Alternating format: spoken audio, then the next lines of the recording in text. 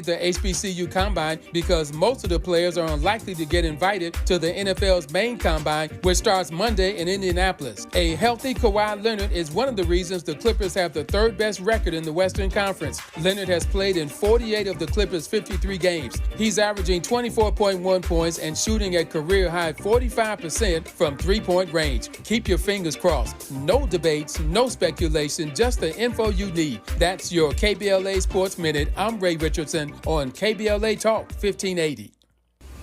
I'm Dr. Nicolai Corte with the KBLA Talk 1580 editorial. In a public opinion survey commissioned by KBLA Talk 1580 and conducted by Viteris, the black voters surveyed were highly enthusiastic about the March 2024 primary. The race for Los Angeles district attorneys being hotly contested. Incumbent DA George Gascon's efforts to implement progressive criminal justice reforms have generated pushback from within his own office, the broader law enforcement community, and some in the general public. He was the subject of at least 2 failed attempts to qualify recalls. The concerns about crime are reflected in the polling results of black voters. Nearly 1 in 4 have been victims of violent crime or have someone close to them who has been a victim.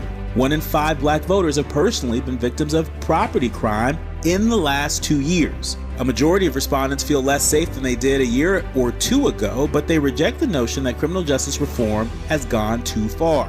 This year, black voters will be looking for candidates who speak to the complexity of the issues as opposed to a one-size-fits-all approach. Nearly half of black voters have an unfavorable view of DA Gascon, but his challengers are largely unknown. Nearly half of the black voters are also undecided, which means there's a clear opportunity for candidates to connect with black voters. Our poll makes 3 things abundantly clear. Black voters matter. Black voters are closely following this race, and the candidates for DA have a lot of work to do. KBLA Talk 1580 is committed to the mobilization and use of the franchise to empower our audience to identify and pursue their interests in advancing equity, inclusive representation, and multiracial solidarity. For KBLA Talk 1580, I'm Dr. Nicolai Corte. We welcome your feedback. First things first.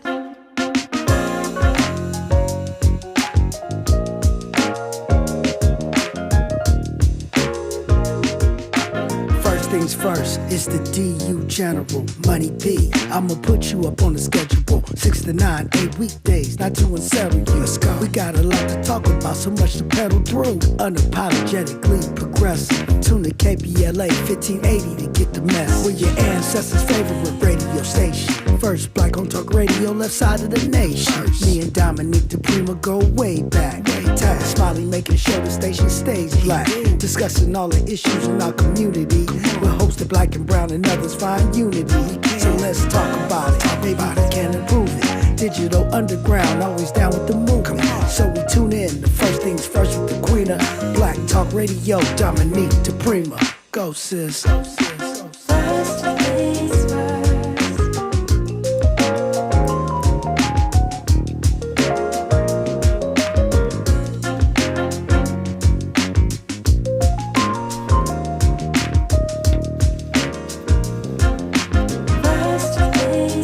KBLA Talk 1580, good morning and God bless. I'm Dominique DiPrima, you know that. The show is called First Things First. You already knew that. My first thing today, and always giving thanks, giving praises, and asking for blessings from God, asking for the blessings of the ancestors and the elders, and getting it going. We got a lot to talk about, as always. Happy Hump Day. So the way we do the show, hour 1, we focus on the left coast, what's going on in Cali, this whole Pacific Ocean side of town. Hour 2, we go national, international, and beyond. And in the third hour, we do a deep dive. You know, things are a little bit upside down and inside out because we got a little less than 2 weeks until the last day to vote, which is March 5th, Election Day. Voting is on now. You probably have something in your mailbox that you've been ignoring that looks big and bulky. That is your ballot. So you can fill it out and send it in now. But until such time, we are doing our best to get you prepared. We are your election information station. So you can go to KBLA1580.com, and there you will find interviews with many a candidate and conversations that will help you figure out what you're doing in terms of your votes for all kinds of things, and most especially judges, because I know a lot of people do not pay attention to that. On this day, El Haj Malik El Shabazz, Malcolm X, was assassinated, and always, want to remember and take note of that, remember him, and the massive contribution that he made to our liberation, our progress as Black people, and certainly that is a Black History Month fact that we can all pay attention to. Joining me in studio right now, a candidate running first thing in the morning. Let's get to it. Running for the Assembly, It's a state office. It is an office you've heard from a couple of the other folks who are running for Assembly. She is, she says, a beacon of advocacy and resilience in Los Angeles, committed to civil rights and social justice. She went to St. John's University, specializing in paralegal training from UCLA. She says she's working to dismantle systemic barriers facing African Americans, and says her legal acumen has been pivotal in her fight against police brutality and her efforts to secure rights and reparations for Black workers. Tara Perry, welcome. Thank you. Thank you for having me. Good morning. Yeah, good morning. So you are an activist first. Yes, ma'am. And ready to be now a lawmaker. Tell me why you want to step to the other side of the conversation about advocacy. I think it's extremely important because I think advocacy should either push current legislators to do more and better, right, and have the current establishment respond to our needs, or become them, right, in very much the vein like John Lewis, right? We have to make sure we can get on the inside. Should we continue to stand outside the door and scream and throw eggs, or should we eventually enter into the buildings? I think there's this misnomer that only certain types of people should become elected officials. And I think for the people's needs to be best represented, it has to come from the people. And I am of the people. I live in this community. I'm raising my son here. And seeing the way that our community is at the bottom of every indicator for quality of life, we have to have people who are of this everyday experience living in this district. And how are we going to actually solve the ills within our community?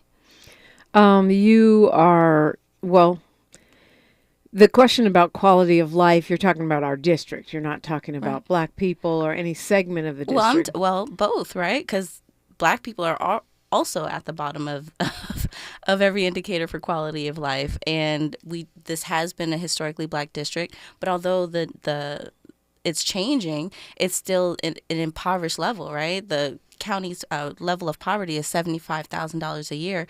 In the district, the median income level is $53,000 a year. You know, that's extremely low, and especially when housing prices are going up, the people in the community can't even afford to continue to live where they live, and it's disheartening. So yes, and if you're listening somewhere else across the country, that might sound like some money, but in LA, it doesn't get you far. It really doesn't. That ain't even gas, right? Yeah, It's barely. But I mean, of course, I'm talking about Black people, but within our district, it's even lower, right? Because we have new people coming into the district. We have a lot of undocumented immigrants, and there are people who are street vendors who still are not making enough money to still live in our district. So that's why I'm saying it still applies. It still applies to the district as a whole. You're a single mama. Yes. How does that factor into your idea about what you'll do in the assembly or your perspective? In a major way. My son, he's 9 and beautiful Black boy, and every morning he has to see these Black men that are homeless on the street and asks a lot of questions. I think we have to start getting to a place where we're doing the politics to ensure the security of our children's future. I think that's kind of gotten away from us, to still see South Central where it is. And it looks very much similar to where, I wouldn't say there's been no improvements, but it looks still very similar to the way it did when I was a child, when we're looking at the quality of life for the people in the district, right? at what point do we actually start to see some types of transitions? This can't be, we've gotten so used to the dysfunction in our community that no one bats an eye anymore. And I think that to ensure that I leave this place to my son better than I found it, that's a part of my motivation. You got a lot of stuff on your website and in your bio, the things that you that are important to you. Criminal justice reform is one of them. Mm-hmm. What does that look like? Well, first of all, let me ask you this. Do you consider yourself to be a progressive, a liberal, a conservative, an independent? How do you... I would say a progressive. I would say a radical Black progressive, if that's a thing. Yeah. If you say it's a thing, it's a thing. Yeah, because, I mean, it's an interesting point on adding on to the descriptors for progressive, because a lot of people claim that title and it doesn't really mean anything in terms of, bearing out in their actions. So how do you define progressive? I would say, I think that's an interesting question. I would say progressive in terms of having a desire to see transformational change. Whether it be thinking outside the box, being innovative in our approaches to policy.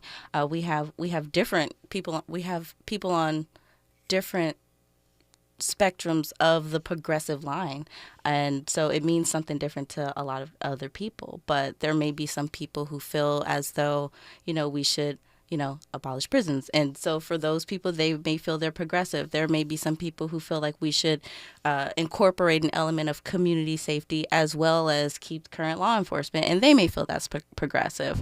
But I feel for me as a politically progressive person, I truly want to see transformational change. I want to see the prioritizing of the needs of the Black community and other communities as well. But for people who've been here for a long amount of time, as we have, over 400 years, we kind of still feel like we're treading water. And to prioritize the needs of the Black community, I think helps the community as a whole. So through that lens, what does criminal justice reform look like right to you right now? I mean, you're, interestingly enough, you're running at the same time as this heated race for district attorney, and you're running against one of your opponents is a lead organizer for Black Lives Matter. So what is criminal justice reform specifically mean? For me, criminal justice reform looks like input from the community, right? I've been on the neighborhood councils locally, and we've had these conversations about, I know where a lot of my generation is in terms of criminal justice reform. A lot of people want to see the police department abolished. A lot of people want to see complete community safety, but there are still elders who feel a sense of safety with current law enforcement, right? How do we have those conversations? I wouldn't come to act as though I have all the answers, because that's my perspective as a millennial, but I want to include other people in the community who may have a different view than I do. I think it has to be a comprehensive approach. You just, defined yourself as a millennial. That's a generational thing. And there's a lot of conversation right now, nationally especially, but I think everywhere, about, whether or not our current crop of lawmakers are too old, right? Whether, it's for some reason especially focused on Biden, even though Trump is also old. Yeah. But technically, so is Congresswoman Maxine Waters, although she don't walk and talk like it. Yeah, no, Auntie Maxine I think she's much more tapped in than the other elders who've been in office, right? And I don't think it's necessarily an ageist situation. I think it's more of that millennials are the first group of people who are doing worse than our parents. And I don't feel like, I believe a lot of us feel as though our needs are not being heard. I thought Gen X was the first. Okay. No, it's millennials. We're the first. We're the first group. Some Black folks might want to argue that with you. Well, I mean, of course, including the crack era, I'll right? Give you that's what I'm talking about. That's for sure, what I'm talking about. But yeah, okay, I'll give you that crown if you want the oppression crown. You can have it. I mean, we don't even have to argue about it. I know every every generation has its own unique challenges for sure, right? But at 40 and 30, a lot of us aren't even on the way to owning homes or anything. Home ownership is kind of like almost out of reach for our generation. When we're looking at the way that housing prices are skyrocketing, but wages are stagnant, right? We're not really seeing any progress. We're seeing many more millennials opting out of even having children because they're like, they're not even affordable. When by 28, a lot of our parents already had full-on families, married, houses, 2-3 kids. Kids were not affordable for the generation prior either. But I have been seeing those statistics about younger folks opting, and some of that is career, like I'm gonna wait, but some of it is it's too expensive. So how does that? How does that translate into? Well, that's what I'm saying. I don't think that it's necessary. Like we feel like they're too old. We feel like our problems are unique and they're not being addressed because they don't have these problems. We need to actually elect. We need to elect legislators that are coming in with a different lens because there's so many gaps, right? When we're seeing, for example, what can I give? Like when we're looking at, I'll say, the targeting the job program that's come from the city, right? When we're looking at a lot of what they're supposed to provide for the Black community as far as like 1,000 jobs or something like that. Yeah. They're still having barriers to access of those jobs because they're not considering the position of a lot of these people. When we're looking at if the requirement is a high school diploma or a driver's license, we're looking at a lot of these Black men. I used to work at the LA Black Workers Center. We had to turn away so many simply because they didn't even have driver's licenses.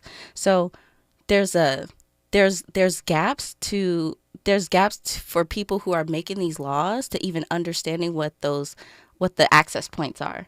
And so I think millennials bring that view to even understand, like when I go into office, I can have that conversation about how many people are simply riding bikes because they don't have driver's licenses or don't even have access to a clean car with insurance, with tags, so they can take a test, so they can have a driver's license. I think that is a generational experience that may be overlooked in certain positions of power. Talking with Tara Perry. She's a candidate for Assembly District 57. If you got a question, hit me up on YouTube, KBLA 1580 in the chat, or call 800-920-1580. I'm Dominique DiPrima for KBLA Talk 1580. She's reclaiming her time on KBLA Talk 1580. More First Things First with Dominique DiPrima when we come forward. At KBLA Talk 1580, we do Black history every single day.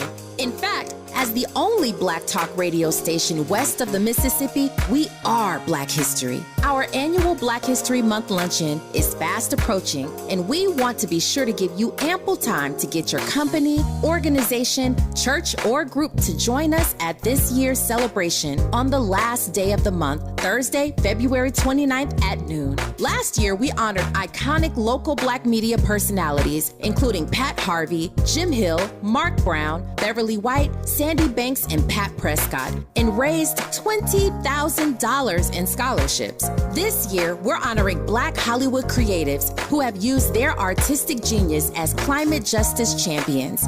At this year's luncheon, we will be showcasing and sharing their inspiring work on our big screen. Plus, a scrumptious meal, live music, great company, and lots of fun with your favorite KBLA Talk 1580 hosts. So contact us today at info@smileyaudio.com or call 323-290-4690. That's info@smileyaudio.com or call 323-290-4690. We hope to see you Thursday, February 29th as we close out Black History Month. At KBLA Talk 1580, we've got your Black. Tax Talk with Straight Talk. You give and you give. This tax season, you get with Straight Talk Wireless. You get a reliable 5G network and unlimited data and a new Samsung Galaxy A15 for just $99. So you can give your janky phone to your kid. Yeah! Good talk. Switch to Straight Talk for plans starting as low as $25 a line per month for 4 lines. Find us at Walmart and StraightTalk.com. For network management practices, visit StraightTalk.com. Device offer ends 4/14/24. In-store activation on single Silver Unlimited plan or higher required. Family plan discount with 4 lines all on the Silver Unlimited plan. Taxes and fees apply. We've got a lot to talk about. Hi, I'm Zoe Williams, aka the Voice of Reason, encouraging you to join me weekdays from 7 to 9 p.m. for the world's most intriguing relationship radio roundtable. Every night, I facilitate and encourage our loyal listeners to participate in the most engaging relationship discussions you'll hear anywhere. So make it a point to rendezvous with me, Zoe Williams, the Voice of Reason, Monday through Friday, 7 to 9 p.m. Pacific Standard Time. Trust me, your relationships will never be the same. The VOR is on fire tonight. Unapologetically progressive. KBLA Talk 1580. We've got your black. Your ancestors' favorite radio station, and your favorite morning show host. Let's get back to Dominique DiPrima right now. Right now, we're talking with Tara Perry. She is striving to be your next assembly member if you live in District 57. It's a crowded field. It's a heated race. And she's got big plans. Tell me about the Black Pact. Mm-hmm. Thank you for asking about that. Black Pact is a political action organization I created pretty much the day Trump was elected. It was more so of listening to different people and understanding that there were so many people who fell to the propaganda of, the Russian bot whole thing and the Haiti, this and that with Hillary Clinton and just a different conspiracy theories. And I was like, well, where's the central source for Black people to get our political information so that we can understand that it's been vetted, that it's trusted. There were so many fake documentaries on YouTube, and it was just more of like, how do we come together and start to do politics together and be accountable for one another's interests? And I think we have to also get to a point as a community, right? We have to get to the point where we start doing the politics for the least of us and not just from our own selfish standpoint. So I think, in creating Black Pact, I wanted to create that space to where we can have those conversations. We can look at information. We can vet candidates.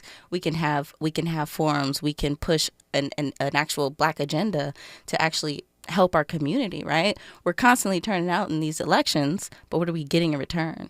So a part of that was to create that Black agenda and pushing for reparations as well. Yeah, we'll talk more about reparations. It's a big topic on this show. Oh, yeah. And in our community as well. But I feel like people are always saying there's no Black agenda when there actually is a Black agenda. What? Please tell me. Well, I mean, equal housing, equity. But that's for everyone. Well, no.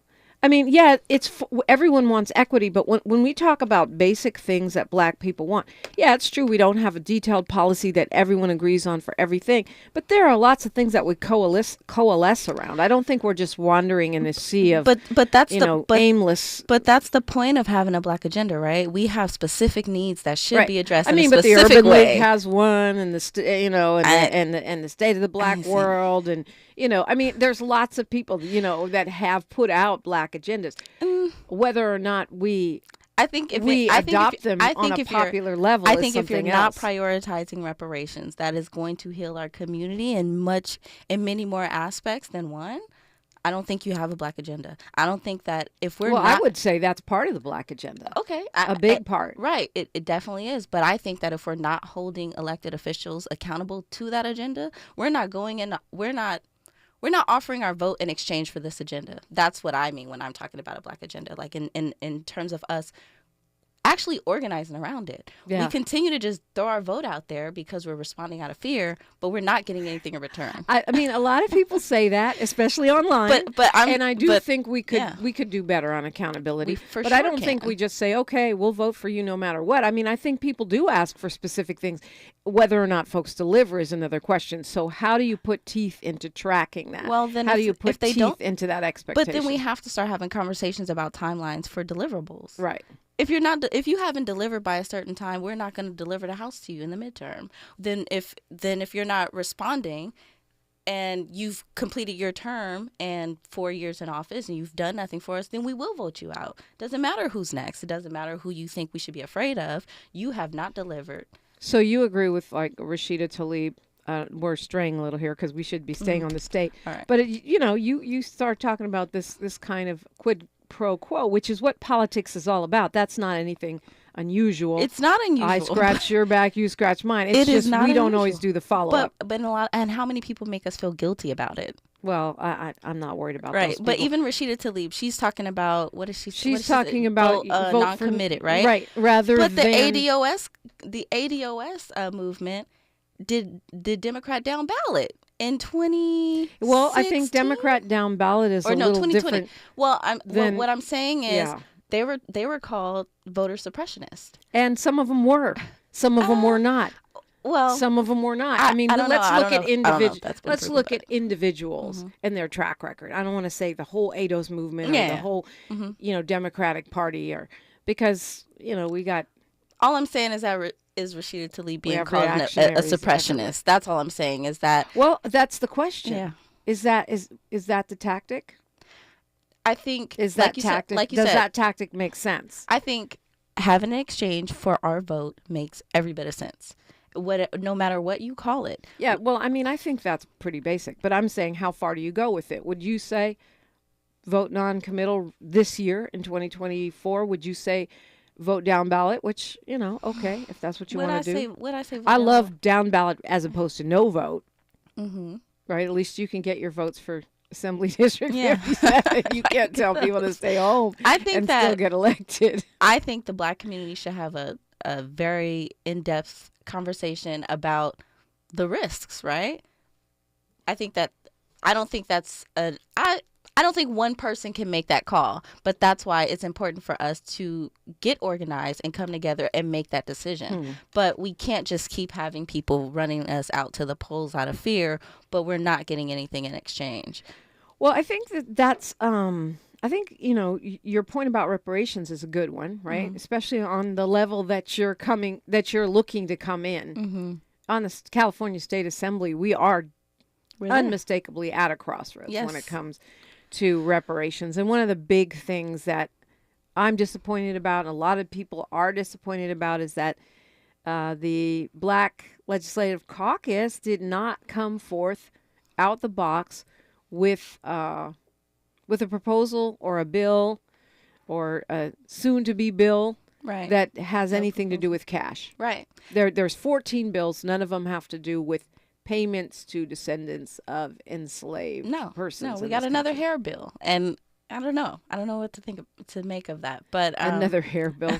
I mean, and I don't think it's fair to say they didn't do anything constructive. I mean, there's some good stuff in there, but there's no cash. So what would you do about that if you were elected? Well, that's partly why I want to run. I was on the editing team for the bill for AB3121 that impaneled the commission. I want to see it go to the next level. I want to see it do what it was meant to do. We can't just have a commission for 2 years, have this book of recommendations, and just go, okay, and just tiptoe around it. Nice. We have to, you're right. Yeah. Oh, thanks. We can't do the same thing that we did with the state, with the redistricting commission for the city, right? I shouldn't have asked you that question right then because we're going into news, traffic, and sports, but we'll continue on the other side. Okay, sure, no problem. Worth the time for sure. You're listening to KBLA Talk 1580. All right. More of First Things First with Dominique DiPrima when we come forward. Good morning. I'm Ray Harris, and here's the latest from the Black Information Network. Independent presidential candidate Robert F. Kennedy held a roundtable campaign event with Black leaders covering a wide variety of issues, from police reform to the Israel-Hamas war. But one topic that was not broached was his history of spreading vaccine disinformation to the Black community. In 2021, he produced a film called Medical Racism, The New Apartheid, which used the real history of medical racism in the United States to peddle conspiracy theories that COVID vaccines were an effort to harm the Black communities. And that's the latest. I'm Ray Harris on your home for 24/7 news, the Black Information Network, and BINnews.com.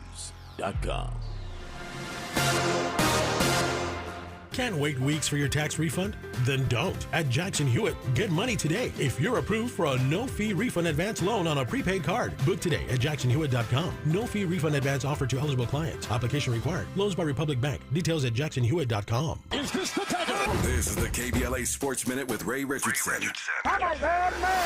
The The Rams and Chargers are among the 32 NFL teams that sent scouts to New Orleans this week for the HBCU Combine. The Combine continues today. 47 players from HBCU schools are getting the chance to work out for NFL teams in hopes of getting drafted in April. Only one HBCU player was selected in the 2023 draft. Jackson State cornerback Isaiah Bolden was taken in the 7th round by New England. The NFL would like to see that number go up this year. The league created the HBCU Combine because most of the players are unlikely to get invited to the NFL's main combine, which starts Monday in Indianapolis. A healthy Kawhi Leonard is one of the reasons the Clippers have the 3rd best record in the Western Conference. Leonard has played in 48 of the Clippers' 53 games. He's averaging 24.1 points and shooting at career-high 45% from three-point range. Keep your fingers crossed. No debates, no speculation, just the info you need. That's your KBLA Sports Minute. I'm Ray Richardson on KBLA Talk 1580. Do you support public education? More than 38,000 educators at United Teachers Los Angeles do too. Together, we have fought for a better public education for our students and communities, and having you on our side has been essential in our fight for better public schools. Together, we will continue to work for public schools with green spaces, more mental health staff, smaller class sizes at every grade level, and a higher investment in the Black Student Achievement Plan. We are UTLA, and you make us stronger. It's time to represent your community in the 2024 presidential primary election. When you vote, you get to decide what is best for you, your neighborhood, and your family. Use your power. Make a plan to vote today. Visit plan.lavote.gov. That's plan.lavote.gov to get everything you need to vote in the March 5th presidential primary election.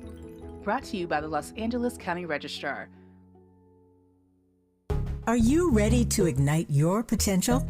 Special Needs Network presents the CORE Workforce Development Grant, an opportunity designed just for you.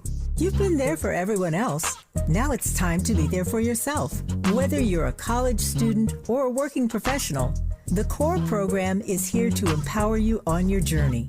Get paid with free specialized diversity training, mentorship, and stipend to fuel your passion, power, and purpose in the behavioral health sciences. It's time to focus on your dreams while making a difference in your community. Don't wait. Visit snnla.org/core program to apply today. Be the spark that ignites connections. Your future is waiting. Again, that's snnla.org/core program. Art tells a story, your story, and inspires others in your community to do the same. This Black History Month, AARP is celebrating the undeniable impact and contributions of Black art and artists everywhere. We're thrilled to celebrate these creators over 50. Through their work and persistence, they make society a better place by bringing us all closer together. Learn more at aarp.org/Black community. Thanks for waking up with Dominique DiPrima on KBLA Talk 1580. I do thank you. We're talking with Tara Perry. She wants to be the next assembly member for the 57th District. We were speaking on reparations, and I was asking you, you've been deeply involved in this, what you would do. There's been a lot of conversation about the assembly, well, not just the assembly and the state Senate not doing enough in terms of the bills. There are 14 bills. Some of them seem pretty good to me, but there's no cash. So what would you do? I mean, you can't just go up there and write a bill. You got to have colleagues to vote on that. Correct. I mean, I think, of course, having these conversations, what is it that we're able to do? Whenever it comes to talking about cash for reparations or Black Americans, everyone's like, well, how are we going to pay for it? We need approval, or not even approval, but we need other people to agree to it, right? But the governor is proposing a bill for $1 billion of housing for veterans, right? Did anyone ask? Did they take a popularity poll and say, "Hey, we need to house veterans"? No, they know we need to house veterans, right? We have to. They may have taken a poll. We don't know. May have, but I'm saying that in the conversations, your point is well taken, though. The conversations, no one's putting up those roadblocks. We just found money for health care for undocumented people, right? I didn't get pulled on that for popularity purposes, but I think that if the state feels the need to do it, but the fact that it needs to get done and you prioritize these issues, I think we should. If we're looking at the plight of Black Americans, when we're looking at people who've been disenfranchised from slavery, Reconstruction period, Jim Crow, redlining, convict leasing, we have to have a solve. The war on drugs, we have to have a solve, and we have to find the money. And I think prioritizing a bill that includes cash, it's not reparations if it does not include cash. All of these other ideas, they're okay, but we still need cash. We still need to make Black people whole, Black Americans whole.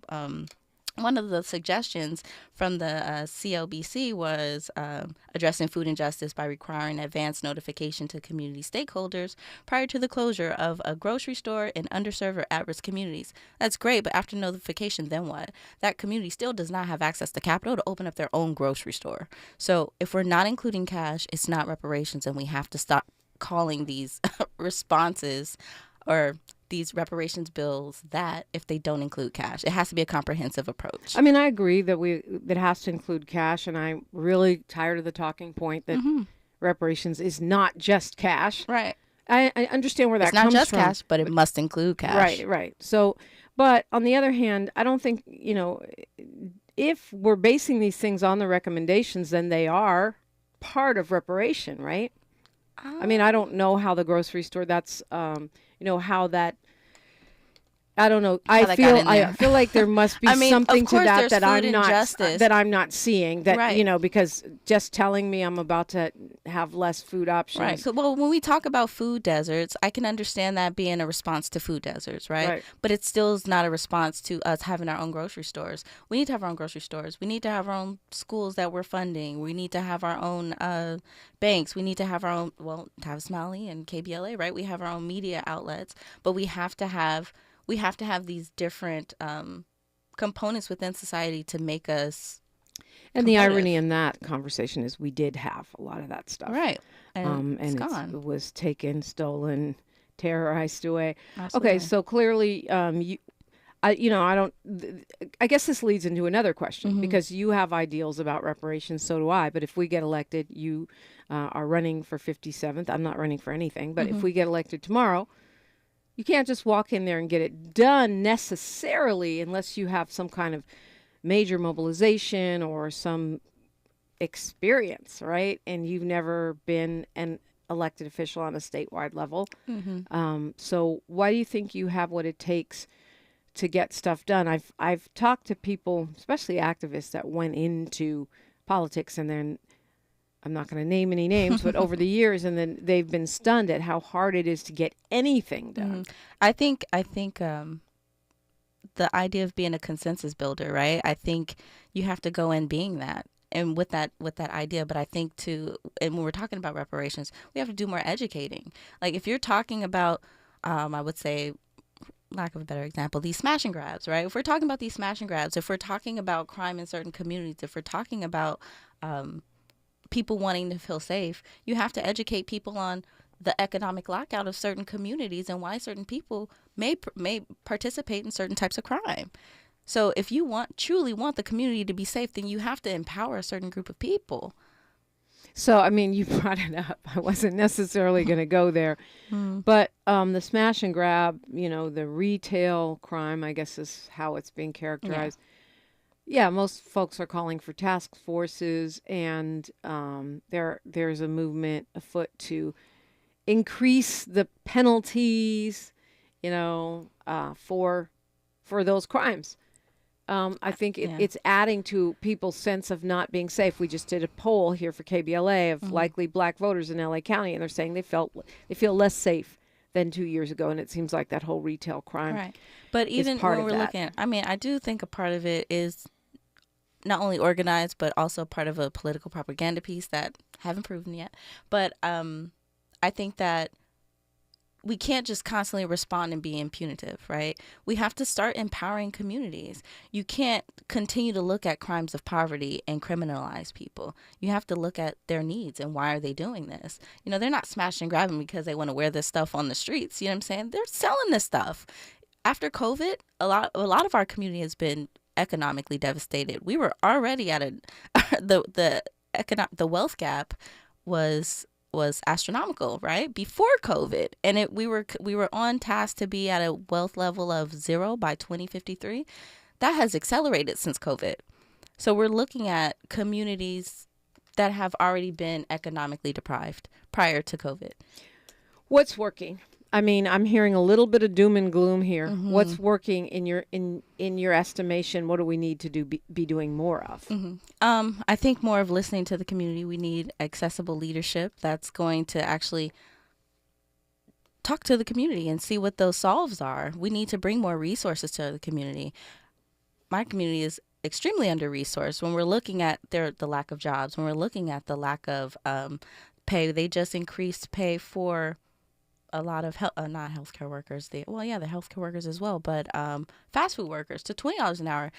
That's great, but they still can't afford a 1-bedroom apartment at $20 an hour. Like we're and that only happened because those fast food workers were organizing, right? Too. And we're still inching, and we're just giving people a little bit. And even still, $20 an hour is not going to allow you to afford a 1-bedroom apartment in this community.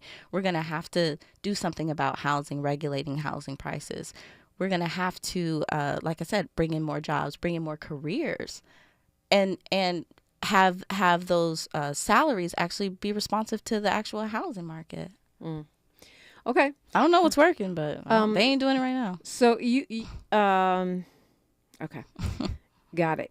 You say housing justice is part of your platform. I think every candidate, left, right, Republican, Democrat, they all say that. Right. But what do you propose? What are you going to do about it? Or what would you like to do about it? I would like to implement more programs that will help lead people into home ownership. You have to make maybe what is it, three times the amount of rent technically to comfortably afford where you live. A lot of people are spending much more than that, more than 50% of their income on housing. Most are, I think. Most are, right? Like we have to do something about that. But what can we do is the question. Well, yeah, I want to have programs that's going to lead into home ownership. We have to have more grant programs that are going to allow people down payments. There's rent out here that's more than mortgages. Yeah. So we're going to have to eliminate credit checks for people to do renters, apartment renters. That is definitely a barrier to access affordable housing. We have to regulate the housing market. Landlords to just rent to someone without a credit check. I mean, like that's also seems like something. Yeah, but I mean, but then they can provide their income. They can provide their income. I think as long as people don't have evictions, that's fine. But when we're just coming out of COVID, how many people are experiencing evictions? So there's gonna have to be some level of grace and forgiveness because of what people have just recently economically gone through. We need to regulate the housing market. We need to put a moratorium on foreign investment that is inflating our market, right? With outside resources, the access to home ownership has gotten so far out of reach for people who live here. It's ridiculous. Yeah. And it's not due to our own dollars. A lot of it is fueled by foreign investment. Yeah. I think there should be a moratorium on that as well. Moratorium on foreign investment in real estate. Mm-hmm. Well, yeah, I mean, some of it is corporate investment too, right? Yeah. Domestic, the kind of commodification of housing. Yeah, we need to regulate that as well. We also need to do a survey on the amount of vacant homes that are here. I know we have a housing shortage. At the same time that we have to build, we still should uncover how many are vacant, right?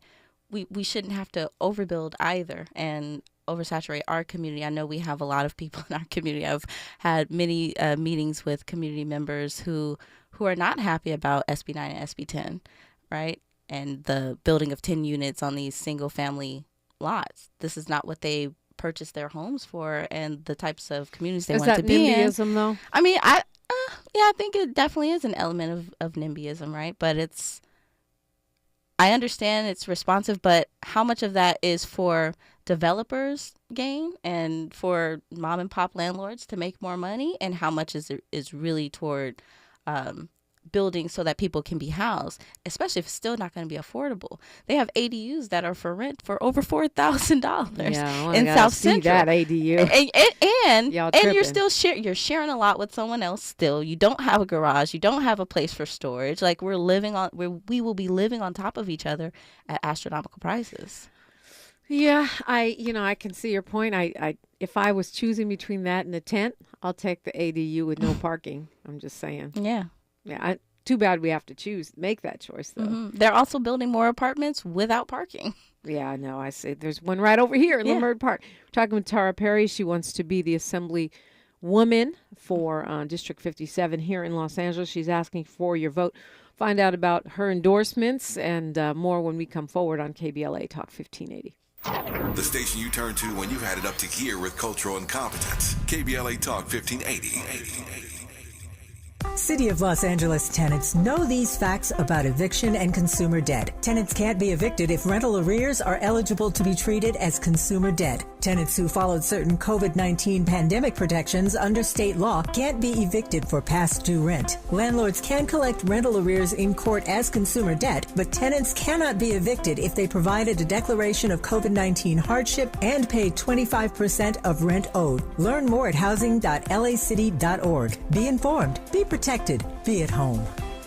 What's up, LA? This is John McKinney, your next district attorney. Voting is underway, and public safety is the top issue on the ballot. As a deputy district attorney for over 25 years, I know Los Angeles, and I know how to keep this community safe. And as an African American who lives and works in this community, I know the unique challenges we face. My promise to you is to ensure accountability, protect victims' rights, and give the underserved a voice. I'm John McKinney, and I ask for your vote for LA County District Attorney.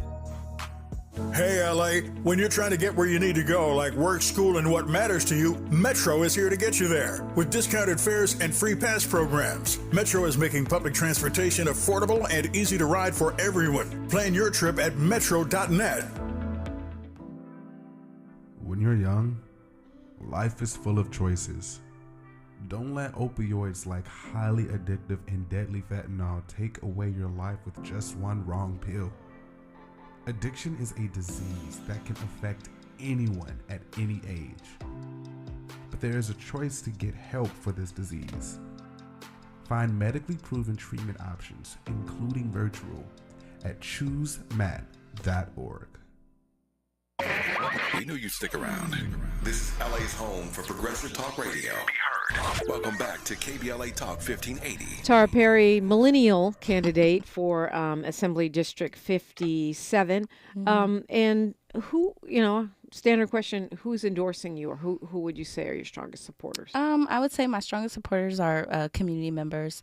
My campaign, we have not reached out to establishment endorsers for the simple fact that we're running on a reparations platform, right? A lot of people aren't ready to be that innovative yet, and that's fine. I refuse to tailor my message to the desires of other people who would like other things done that may be counterproductive to my community. So, okay, I'm looking. Do you have Big U, Skip Townsend, Zarita Jones? Shout out to y'all. So yeah, a lot of community members who support my work.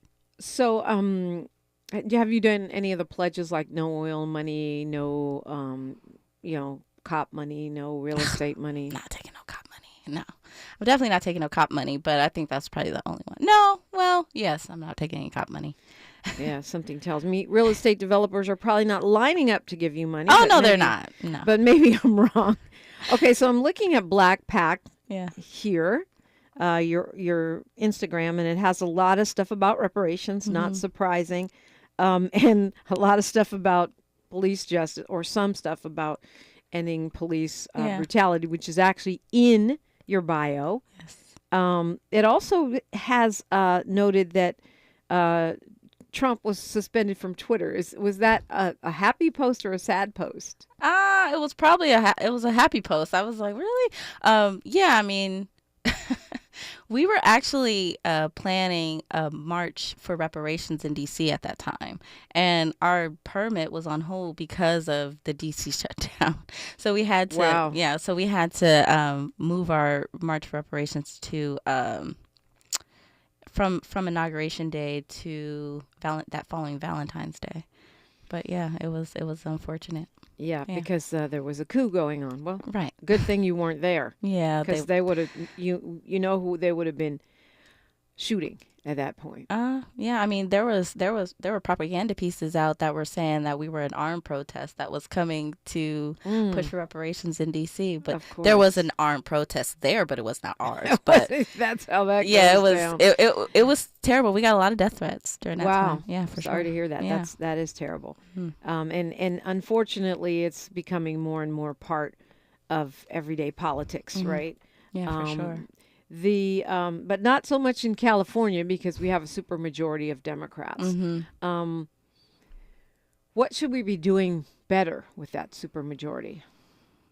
What should we be doing better? I mean, we also have influential and a pretty decent number of black lawmakers considering our numbers in the population. I mean, I think that is a plus, but what is the use of them being black if their policies aren't going to be black or black focused? I'm not saying they can only focus on black people, but at what point in time can we be pro-black in our approach when it comes to policy, right? We see a lot of lawmakers that are that prioritize their community, but for some reason it's been kind of shunned to do it if you're a black legislator. And I plan to go into to office and not be that, right? We have to have people who are going to do full-throated black politics, and as well as include other communities, but we can still address our direct needs for our community in the way that they are.